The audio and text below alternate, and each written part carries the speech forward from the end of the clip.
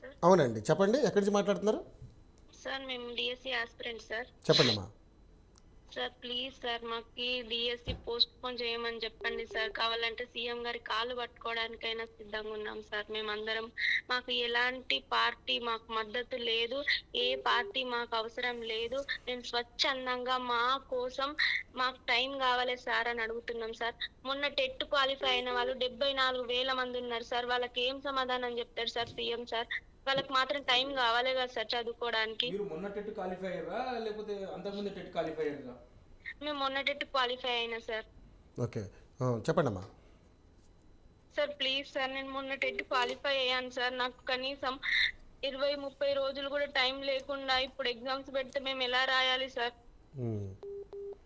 Sir please sir, దయచేసి CM గారికి ఒక్కటే చెప్తున్నాం సార్, దయచేసి మాకు 3 నెలలు పోస్ట్ పోన్ చేయమని చెప్పండి సార్ ప్లీజ్.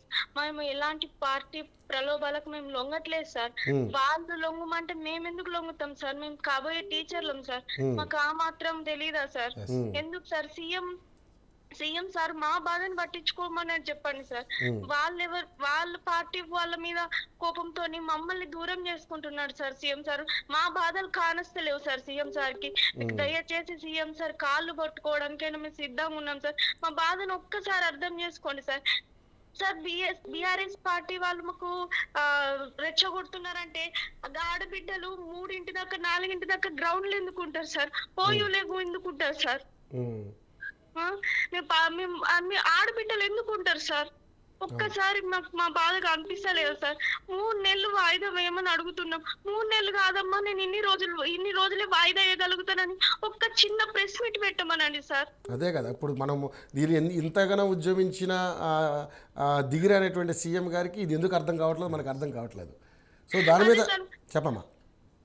సార్ అందుకోసమే సార్ ప్లీజ్ సార్ మేము విన్నవించుకుంటున్నాం సార్, కాళ్ళ మీద పడుతున్నాం సార్. కనీసం ఒక 5 నిమిషాలు ప్రెస్ మీట్ పెట్టి మీ బాధలు నాకు తెలుస్తున్నాయి, నేను పోస్ట్ పోన్ చేయగలుగుతాను, నేను ఆలోచిస్తాను, ఒక 5 నిమిషాలు ప్రెస్ మీట్ పెట్టి చెప్పమనండి సార్.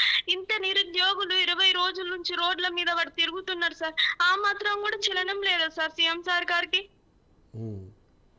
సార్ ఈ బల్మూర్ వెంకట్ సార్ గాని, ఆ దయాకర్ సార్ గాని వాళ్ళందరూ కూడా అసలు సీఎం సార్ కి సరిగ్గా కన్వే చేయట్లేదు, అసలు ఎట్లా చేస్తున్నారో తెలియట్లేదు. కానీ వాళ్ళ వల్ల మాత్రం పార్టీ అనేది నష్టపోతుంది సార్. సీఎం సార్ కి ఎట్లా కన్వే చేస్తున్నారో మాకు తెలియట్లేదు.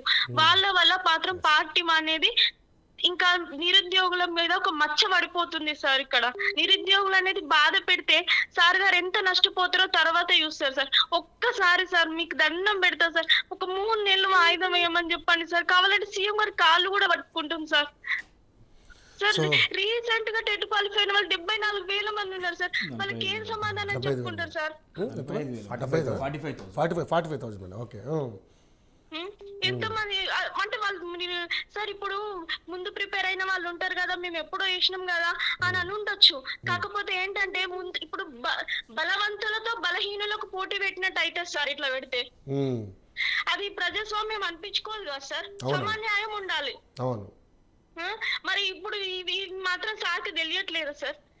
బలమూరు వెంకట అన్న అంటాడు మొన్న టెట్ కు డిఎస్సికి మధ్య సమయం లేదు, అది మాకు తెలుసు, అయినా మేము నిర్వహిస్తా అంటున్నారు సార్. ఏం మాట సార్ అది? ఇదే బల్మూరి వెంకట్, నేను ఎమ్మెల్సీని అయితే మీ విద్యార్థుల పట్ల నేను ముందుండి కొట్లాడి పోరాడే అవకాశాలు ఉంటుంది, ప్రతినిధులు అవుతా అని చెప్పేసి మాట్లాడారు. ఆయన మంత్రి పదవితో ముందు ఒకలాగా గద్దెక్కిన తర్వాత ఇంకొకలాగా ఉన్నట్టుంది సార్ ప్రజాపాలన. మా బాధలు సార్, ఇప్పుడు ఎగ్జామ్ పెట్టేది మా కోసం, మేమే వద్దంటున్నాం కదా సార్. సార్ మాకు చదువుకోనికి టైం ఉంది, ఎన్నో ఏళ్ల తర్వాత పడుతుంది. మొన్నటి దాకా టెట్ కు ప్రిపేర్ అయినాం, WHO ఎగ్జామ్ రాసినాం, ఆ తర్వాత DAO ఎగ్జామ్స్ రాసినాం. ఇవన్నీ మొన్ననే అయిపోయినాయి. ఇప్పుడు 10 రోజులలో మేము ఎట్లా రాస్తాం సార్? అవునమ్మా. సో దీని మీద మనం కూడా గట్టిగానే నా యోఈటీవీ తరపు నుంచి గట్టిగానే మేము కూడా మీ యొక్క ఏదైతే ప్రాబ్లమ్స్ అన్నింటిలో కూడా ప్రతి క్షణం లైవ్ డిబేట్లో అందించి మీ యొక్క అభిప్రాయాలు తీసుకుంటూ ఇది గవర్నమెంట్కి చేరవేసే విధంగా మా ప్రయత్నం కూడా చేస్తున్నాం. కానీ దీని మీద సకాలంలో ముఖ్యమంత్రి రేవంత్ రెడ్డి గారు స్పందించి విద్యార్థుల పట్ల కనికరం జాలి చూపించాలని మనం కూడా కోరుకుంటున్నాం. సో ఏదేమైనామా మీరు ఆవేదన చెందకండి, బట్ దీని గురించి మీకు తెలుస్తుంది, మీ వాయిస్లో మీరు ఏడుస్తూ మాట్లాడుతున్నారు. దయచేసి ఎటువంటి సార్ అసలు 20 రోజుల నుంచి నిద్ర లేదు సార్, నిద్ర లేదు, ఒట్టు సార్, నిద్ర లేదు, ఏం లేదు, ఎక్కలేదు. 2 రోజులు పోతే 2 రోజులు అరెస్ట్ చేసి పోలీస్ స్టేషన్ లో పడేసి సాయంత్రం 5 గంటల 6 గంటల దాకా మేము ఏం చేయాలి సార్? అసలు మా బాధ ఎవరికి చెప్పుకోవాలి? చెప్పుకునేటట్టు కూడా లేదు. చూస్తున్నానమ్మా, మేము కూడా చూస్తున్నాం, అన్ని లైవ్లు మేము కూడా ఇస్తున్నాం. కాబట్టి అమ్మ మీరు అదే పడకండి, మన ప్రయత్నం మనం చేస్తున్నాము. ఒక విద్యార్థులుగా మీరు చేస్తున్నారు, మీడియాగా మేము చేస్తున్నాం. ఇప్పుడు ఇంకా మా నిరుద్యోగులు అందరూ ఏమనుకుంటున్నారంటే ఈ రోజు వరకు కూడా పోరాడదాం పోయేది ఏం లేదు కదా అని అనుకుంటున్నారు. మన కోసం మనం స్వచ్ఛందంగా చేస్తున్నప్పుడు ఖచ్చితంగా పాజిటివ్ రెస్పాన్స్ వస్తుంది అని హోప్ తోటి ఉన్నారు సార్. ఆ హోప్ ను మాత్రం చెల్లా చెదురు చేయకని చెప్పండి సార్. ఎందుకంటే ఎవరు ఎట్లాంటి ఎమోషన్స్ లో ఏ డెసిషన్స్ తీసుకుంటారో అదే అమ్మా, అదే ఆ డెసిషన్స్ తీసుకోవద్దమ్మా. ఎప్పుడు కూడా ఎవరో వస్తారని ఏదో చేస్తారని ఎదురు చూసి మోసపోకం మనకు అవసరం లేదమ్మా. కానీ దయచేసి, ఎందుకంటే మీరు చదువుకున్న వాళ్ళుగా మీకు ఆవేదన ఉంటుంది, కంపల్సరీ మన ఈ జాబ్ కొట్టాలని ఒక కృతనిశ్చయంతో మీరు ఇన్ని ఎగ్జామ్స్ రాస్తున్నారు, ఎంతగానో ప్రిపేర్ అవుతున్నారు. సో గవర్నమెంట్ మరి ఈ విధంగా ఎందుకు ప్రవర్తిస్తుందో ఏంటనేది మనం రానున్న రోజుల్లో చూద్దాం. దీని మీద ఒకవేళ గవర్నమెంట్ దిగి రాకపోతే మనం ఏం చేయాలో అది చేద్దాం. మీడియా తరపున మేము కూడా మీకు ఫుల్ సపోర్ట్ చేస్తాం. మీరు అదే పడొద్దమ్మా. మీరు ఇక్కడ అన్నయ్య ఉన్నాడు, మాట్లాడతారమ్మా.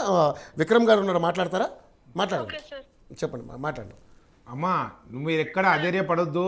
ఖచ్చితంగా ఈ డిఎస్సి నోటిఫికేషన్ను రద్దయ్యే వరకు, లేదంటే పోస్ట్ పోన్ చేసే వరకైనా మేము మీకు అండగా ఉంటాం. ఖచ్చితంగా ప్రతిరోజు కూడా మేము కూడా మీ కార్యక్రమాల్లో పాల్గొంటున్నాం. మీకు అరెస్టులు అవుతున్నాం, జైలుకు పంపించినా కూడా మేము ఎక్కడ కూడా వెనుకాడు చేయం.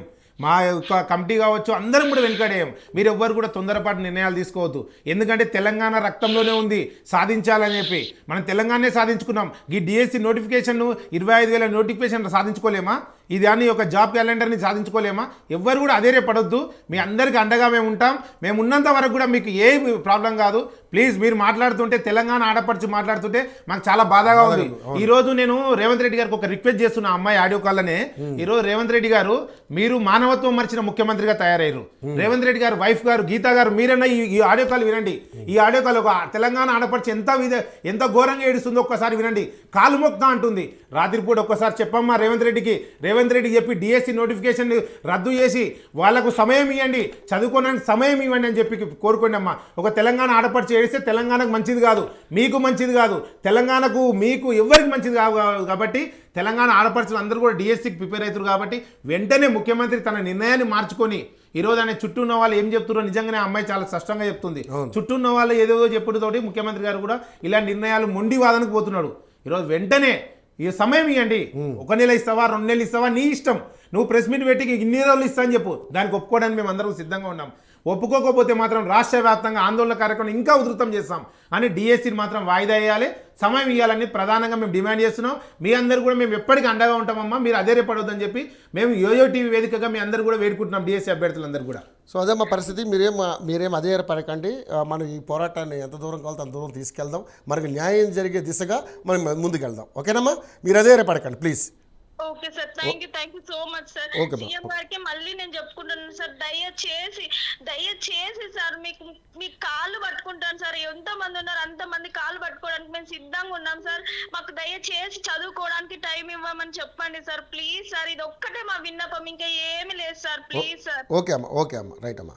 సో నెక్స్ట్ కంటిన్యూ కాల్స్ వస్తూనే ఉన్నాయి. నెక్స్ట్ కాల్ తీసుకుందాం. సో నెక్స్ట్ కాల్ ఇంకొక కాల్ తీసుకుందాం బ్రదర్. హలో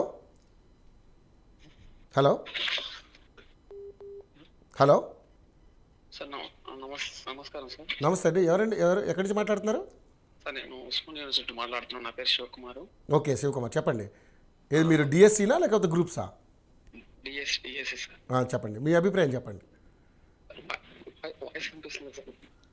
హలో, వాయిస్ వినిపిస్తుందా సార్? వినిపిస్తుంది, చెప్పండి. సార్ అయితే ఉస్మాన్ యూనివర్సిటీలో గత 2 రోజుల నుంచి ఇక్కడ పరిపాలన అనేది అధికారులు చేయట్లేదు.